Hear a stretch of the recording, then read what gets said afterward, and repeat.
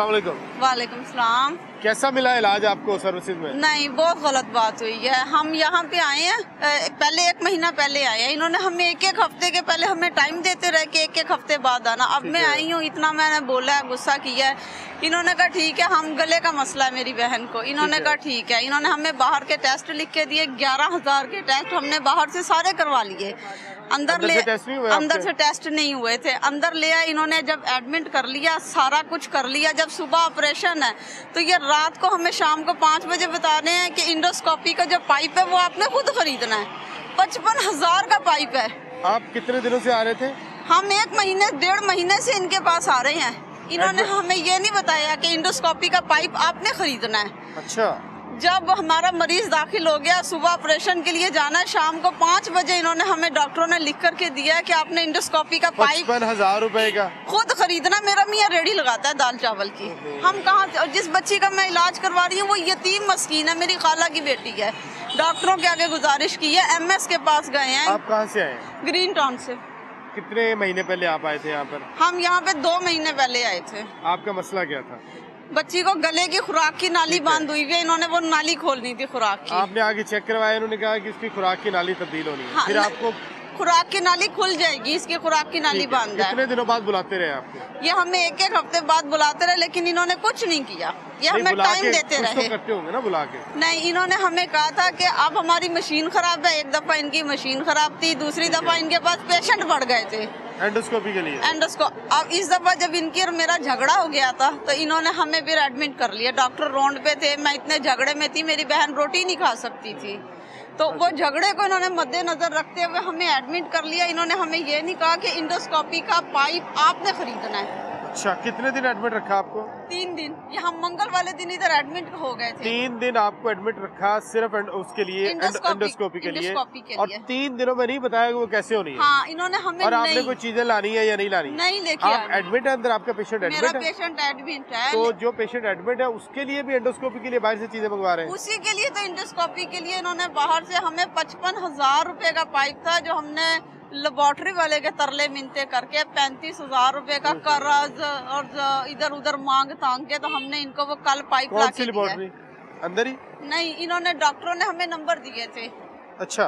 इस नंबर के ऊपर आप फोन करेंगे तो आपको हो सकता है कि कोई सस्ते में पाइप मिल जाए यहाँ से। फिर उन्होंने आपको बंदा भी बताया जो बाहर से, जहाँ से आपने एंडोस्कोपी के लिए पाइप खरीद के लाना है? हाँ, वो डॉक्टरों ने ये नंबर ले लें। हाँ जी, इस नंबर पे राब्ता करें। बिल्कुल। और यहाँ से खरीद के लाएं। ये नहीं कहा जहाँ से मर्जी लें। नहीं। पहली तो बात ये कि अंदर से देना चाहिए था। गवर्नमेंट जो अंदर से देती है, अस्पताल के अंदर से सारा साजो सामान जो ऑपरेशन का है, हाँ, वो नहीं दिया। फिर आपको ये कहा गया कि आप बाहर से लें और लाएं भी वहाँ से जहाँ से हम बता रहे हैं। हाँ, और वो मुझे मिला जहाँ पे ग्रीन टाउन में चौधरी रहमत का हॉस्पिटल है, उसके आगे जाके वासा का दफ्तर आता है। वो आदमी एक सड़क पे खड़ा हुआ था पाइप लेके। अच्छा। कोई दफ्तर नहीं है, कुछ नहीं है यहाँ पर। उन्होंने गली रोड पे से उसने मुझे पाइप पकड़ाया और मैंने उसको 35,000 रुपया दिया। उस आदमी का नंबर भी है मेरे पास। और फिर मैंने उसे वो 35,000 रुपये, मैंने उसे कहा भाई ये बच्ची यतीम मस्कीन है, मेरा मियाँ दाल चावल की रेडी लगाता है, हम 2 साल से मजबूर और परेशान हुए हैं, हमारी है। किस किस्म का इलाज है? माफिया है क्या है ये? मतलब आप कोई सिंडिकेट चला रहे हैं कि यहाँ पर पेशेंट आता है, उसको आप बता देंगे फलां गली में फलां रोड के ऊपर बंदा खड़ा आपको मिलेगा, उसको पैसे दे और चीज ले। मेडिकल स्टोर्स पे, फार्मेसी पे, कहीं पे जाने की आपको जरूरत नहीं है। ऐसे ही जो मेरे साथ वाली पेशेंट है उसने 65,000 रुपए का पाइप खरीदा है। उसकी रसोलियाँ थी, खुराक की नाली में रसोलियाँ थी।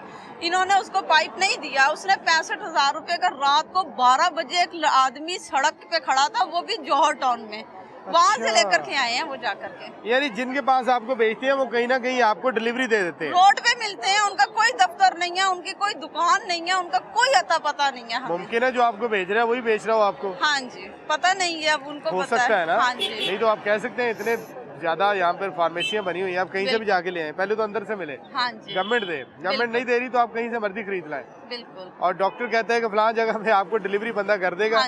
सड़क पे जाके जैसे कोई गैर कानूनी चीज लेते हैं, आप दें पैसे और लें। वैसे, और वो भी वो रात के टाइम मिलते हैं, दिन के टाइम को नहीं मिलते। अच्छा, रात को? हाँ जी, हम भी गए रात को 8 बजे लेके आए हैं, वो 7 वाले गए रात को 12 बजे लेकर के आए हैं। हमने कहा ये गैर कानूनी चीज है। और जब हमने डॉक्टर से कहा कि हम पाइप खरीदने की औकात नहीं रखते, हमारे वसाइल नहीं है, हम गरीब लोग हैं, उसने कहा अपना पेशेंट ले जाओ यहाँ से, अच्छा, हम नहीं इसका इलाज कर सकते हैं क्योंकि आपने एमएस को वहाँ पे किसी को अस्पताल में बताया? हमने सबसे बात करी थी, उन्होंने कहा कि ये आपको खुद ही परचेज करना पड़ेगा, ये हमारी जिम्मेदारी नहीं है, ये हम नहीं आपको दे सकते। लेकिन गवर्नमेंट तो कहती है कि सारी दवाइयाँ अस्पतालों के अंदर फ्री मिल रही है। लेकिन नहीं, यहाँ पे कोई ऐसी बात नहीं है। अच्छा, हुआ ये है कि जगह जगह पे लिख के लगाया हुआ है कि कोई भी आपसे डॉक्टर बाहर से चीज़ नहीं मंगवाएगा, आपको कोई ये नहीं कहेगा फलां जगह से फलां चीज़ खरीद के लाए।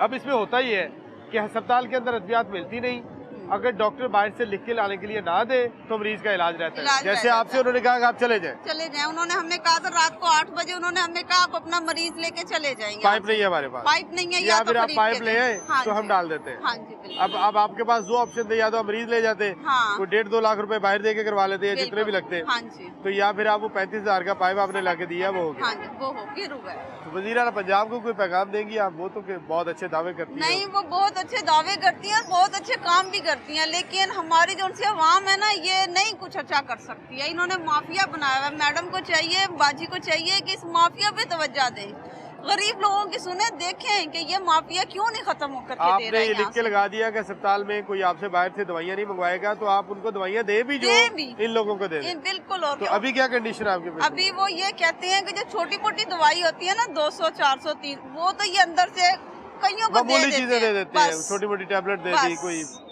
नॉर्मल सलाइन की बोतल लगा दी, बस बकाया कोई चीज नहीं है कि जो हम अंदर से ले लें और हमारे मरीज को अंदर से इस बात का फायदा हो जाएगा। कोई फायदा नहीं सरकारी अस्पताल आने नहीं, कोई फायदा नहीं होगा। हम बहुत, अगर ये हमें 2 महीने पहले बताते ना कि हमने ये प्रोसीजर करना है, हमने पैसे मांगने हैं, हमने किसी से दरख्वास्त करनी है, हम कोई इंतजाम करते।